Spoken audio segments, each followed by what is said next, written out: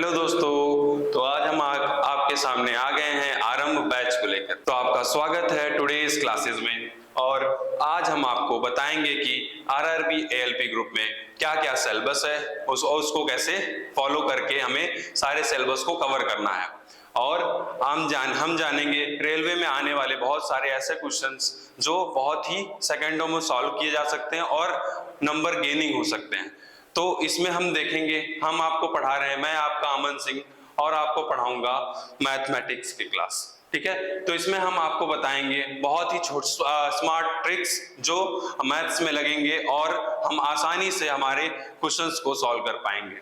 और देखेंगे कि बहुत सारे ऐसे क्वेश्चंस जो बहुत कॉम्प्लिकेटेड होते हैं उनको भी हम एक टर्म बाय टर्म पढ़ेंगे और बहुत ही आसानी से उसका आंसर लेके आएंगे। आगे देखते हैं कि आरआरबी को पढ़ने से पहले आरआरबी एएलपी के सिलेबस को देख लिया जाता है कि क्या क्या हमारे मैथ सेक्शन में, और हम देख लेते हैं कि हमारे रीजनिंग जीएस और मैथ्स के क्या क्या क्वेश्चंस आते हैं।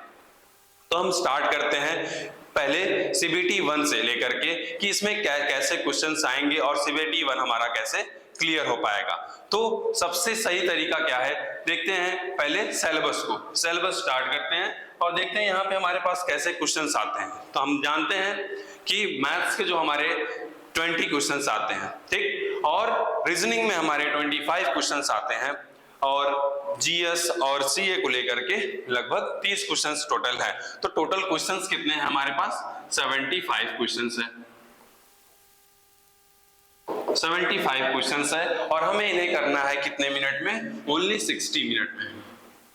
60 मिनट की टाइम है हमें। और हमारे पास टोटल मार्क्स कितने हो जाते हैं? 75 मार्क्स के क्वेश्चंस हैं। ठीक है, तो 75 और 60 मिनट में हम आपका बस 20 मिनट चाहिए और हमारे पूरे मैथ्स के जो क्वेश्चंस हैं बहुत आसानी से सॉल्व होने वाले हैं। हमें बस इसके लिए हमें कितना चाहिए? 20 मिनट की जरूरत है। 20 मिनट, ओनली 20 मिनट में आपके सारे मैथ के जो सॉल्यूशंस हैं आसानी से आ जाएंगे, जिसमें आप देख पाएंगे कि बहुत छोटे छोटे ट्रिक्स से हम कैसे बड़े बड़े क्वेश्चन को सॉल्व करेंगे।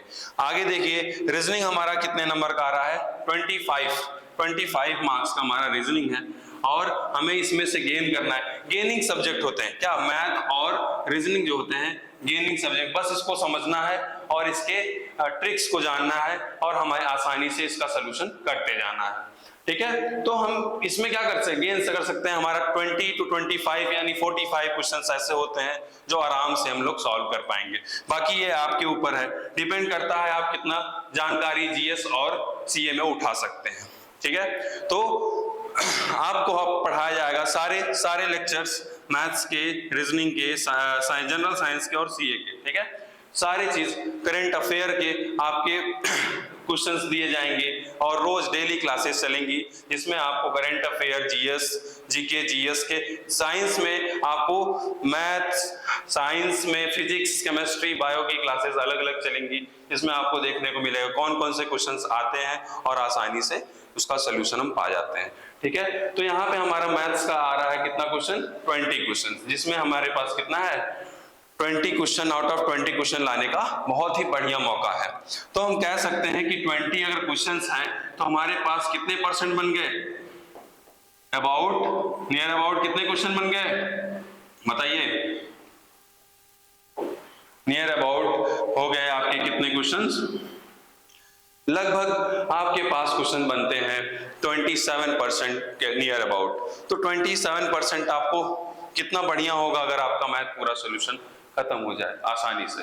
ठीक है, तो हम देखेंगे कि मैथ को कितनी आसानी से, कितनी स्मॉल ड्यूरेशन में हम लोग सॉल्व करेंगे जिससे हमारा आंसर जल्दी से आए और हम आगे बढ़ सके। फिर आएंगे रीजनिंग में जो हमारे उमंग सर जी पढ़ा रहे हैं और वो आपको उससे बहुत ही बेहतरीन ट्रिक बताएंगे रीजनिंग को सॉल्व करने का।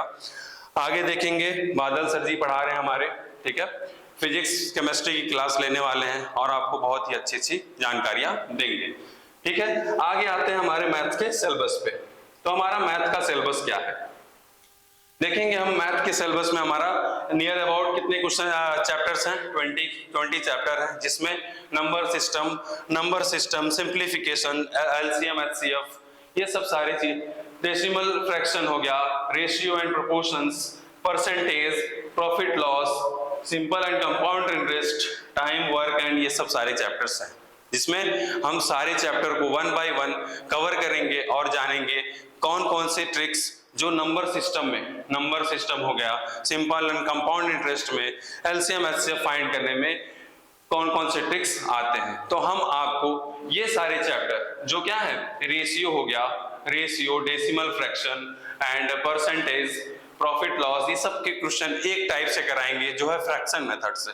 फ्रैक्शन मेथड से आपको इन सब सारे चैप्टर को एक ही मेथड से आपको सॉल्व कराएंगे, जिसमें आपको बहुत ही आसानी होगी क्वेश्चन को सॉल्व करने में, क्योंकि अगर एक मेथड हम जानते रहेंगे तो उस पे हर क्वेश्चन एक टाइप के हर क्वेश्चन आते चले जाएंगे और हमारे पास लगभग 5 से 6 चैप्टर एक ही मेथड पे अप्लाई होता चला जाएगा और हमारा आंसर आसानी से आता जाएगा।